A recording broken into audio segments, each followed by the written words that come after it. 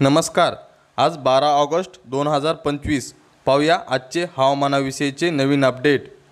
हवामान विभागाने दिलेल्या माहितीनुसार बंगालच्या वायव्य उपसागरात कमी दाबाचा पट्टा निर्माण होणार आहे।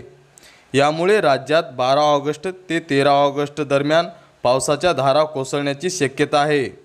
विदर्भ तसेच कोकणातही काही ठिकाणी मुसळधार पाऊस पडण्याची शक्यता असून मुंबईसह आजूबाजूच्या परिसरात देखील मेघगर्जनेसह मुसळधार पाऊस कोसळणार आहे।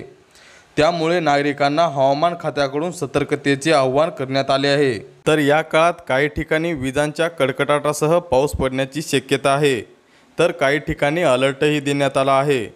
13 ऑगस्ट रोजी मुंबई परिसरातील मेघगर्जनेसह पाऊस पडण्याची शक्यता हवामान विभागाकडून व्यक्त करण्यात आली आहे। तर 14 ऑगस्ट रोजी रत्नागिरी, सिंधुदुर्ग मध्ये तुरळक ठिकाणी मुसळधार पाऊस पडू शकतो। तसेच मध्य महाराष्ट्रातही काही ठिकाणी मुसळधार पाऊस पडण्याची शक्यता हवामान विभागाने वर्तवली आहे। तर विदर्भात 13 आणि 14 ऑगस्ट दरम्यान गडचिरोली आणि यवतमाळला हवामान खात्याकडून ऑरेंज अलर्ट देण्यात आला आहे।